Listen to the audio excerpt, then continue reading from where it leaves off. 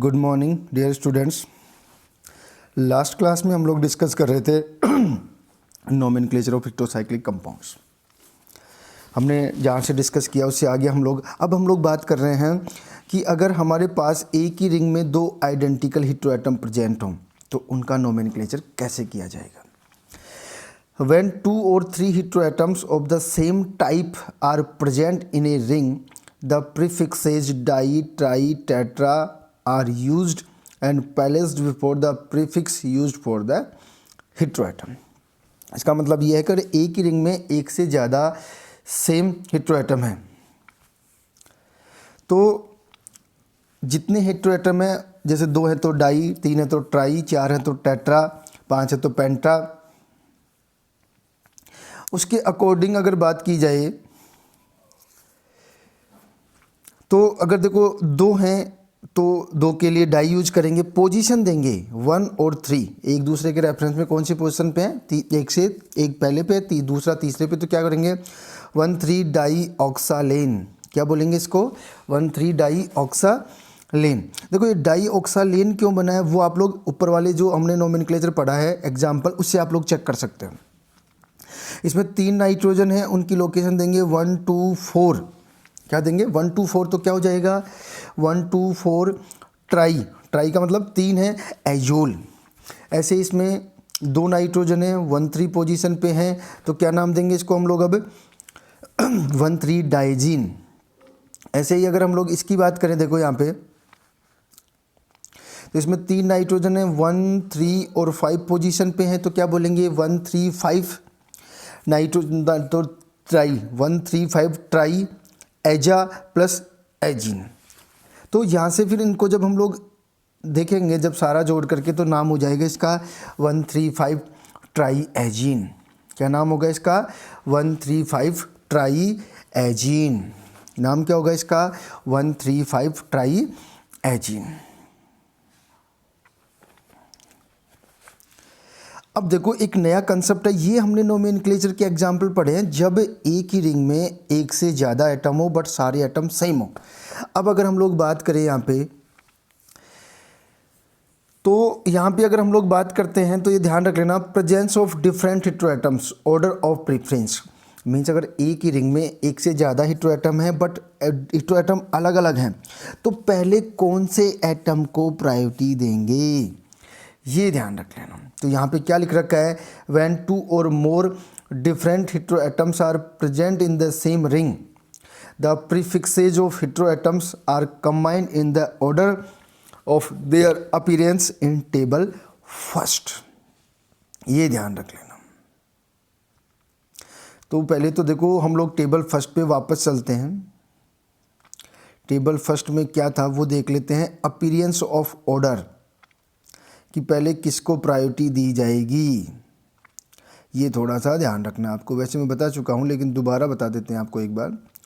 ये प्रायोरिटी का ऑर्डर रहेगा, ये ध्यान रख लेना कि अगर ऑक्सीजन और नाइट्रोजन है तो पहले किसको प्रायोरिटी देंगे ऑक्सीजन को, सल्फर और नाइट्रोजन है तो पहले किसको प्रायोरिटी देंगे सल्फर को। ये थोड़ा सा ध्यान रख लेना आप लोग, ठीक है। इस टेबल को नोट्स मैंने डाल दिए ग्रुप में तो वहाँ से आप लोग चेक कर लेना इस टेबल को।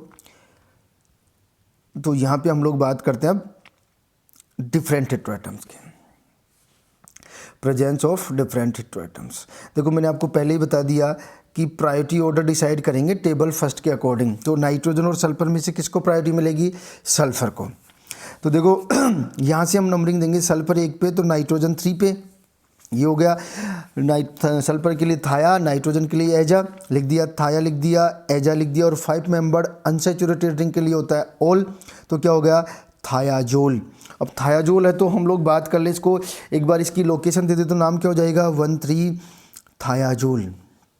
क्या नाम होगा इसका 1, 3 थायाजोल। ऐसे ही अगर ये 6 मेंबर रिंग है अनसैचुरेटेड है, 2 एटम है ऑक्सीजन और नाइट्रोजन, आपको पता है उस टेबल के अकॉर्डिंग प्रायोरिटी किसको मिलेगी ऑक्सीजन को। तो 1 पे ऑक्सीजन तो 4 पे नाइट्रोजन। लिखेंगे क्या ऑक्सा प्लस एजा प्लस इन,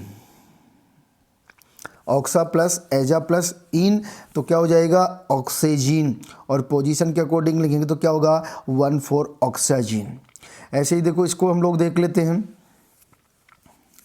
कि अगर हम लोग यहाँ से बात किया तो यहाँ पे 2 एटम हैं, दोनों डिफरेंट हैं, प्रायोरिटी किसको मिलेगी? सल्फर को।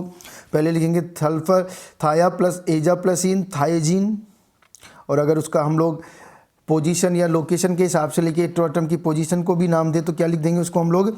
1,4 थाइजीन। क्या हो जाएगा? 1,4 थाइजीन।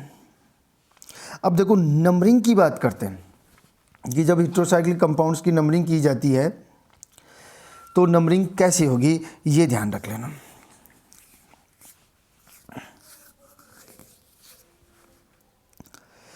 विद वन हेटेरोएटम, अगर एक ही हेटेरोएटम है रिंग में तो नंबरिंग कैसी होगी?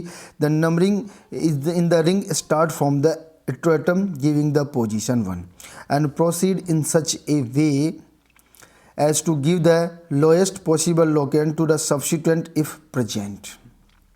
कि अगर एक कोई भी रिंग है और उसमें केवल एक हेटेरोएटम है तो उस हेटेरोएटम से ही नंबरिंग स्टार्ट करते हैं और उस डायरेक्शन में नंबरिंग देते हैं जिस डायरेक्शन में किसी भी सब्स्टिट्यूएंट को सबसे कम नंबरिंग मिलती हो।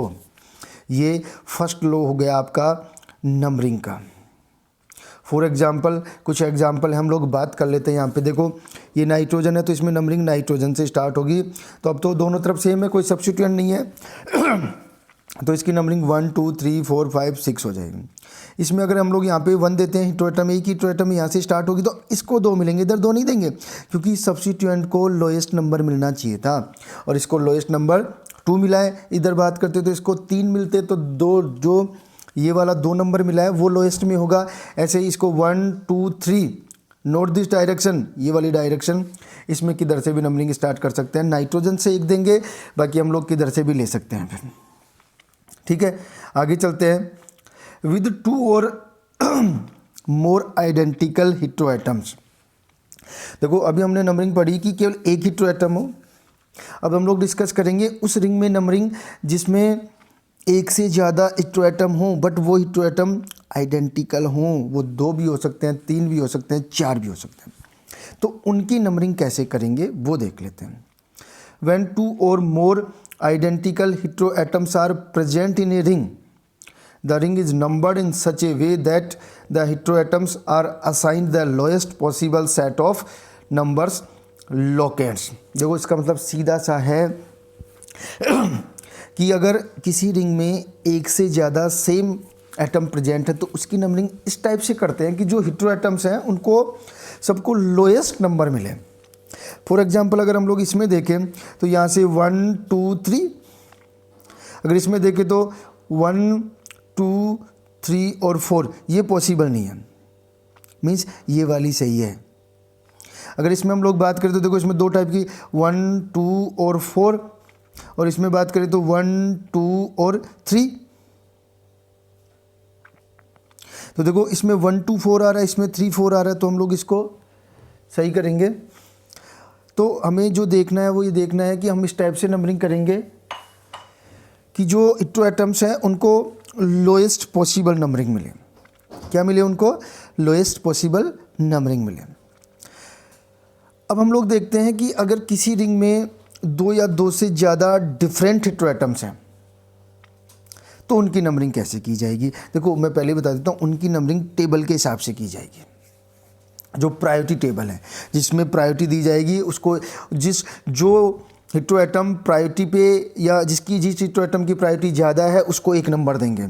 उसके बाद हम लोग नंबरिंग को उस दिशा में आगे बढ़ाते हैं जिधर से दूसरे हेटेरोएटम को कम से कम नंबरिंग मिले। जैसे अगर हम लोग इसकी बात करें तो सल्फर और नाइट्रोजन में से किसकी प्रायोरिटी ज़्यादा है? सल्फर की, तो यहाँ से नंबरिंग स्टार्ट की 1 2 3। इन दोनों में से ऑक्सीजन की प्रायोरिटी ज़्यादा है तो यहाँ से स्टार्ट की 1 2 3। इन दोनों में से ऑक्सीजन की ज़्यादा है तो इनमें 1 और 2। इन दोनों में सल्फर की ज़्यादा है तो 1 2 3 और ये 4।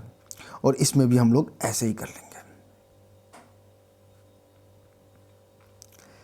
ठीक है, इसके बाद अगर हम लोग नेक्स्ट पॉइंट की बात करें तो नेक्स्ट पॉइंट में और भी कुछ सिस्टम्स हैं जो आप लोग देख लेना थोड़ा सा। बाकी नेक्स्ट क्लास में हम लोग ट्राइवियल सिस्टम की बात करेंगे। ये हमारा जो था वो सिस्टमेटिक नोमेनक्लेचर कंप्लीट हो गया है। नोमेनक्लेचर ऑफ ट्राइवियल सिस्टम की बात करेंगे नेक्स्ट क्लास में।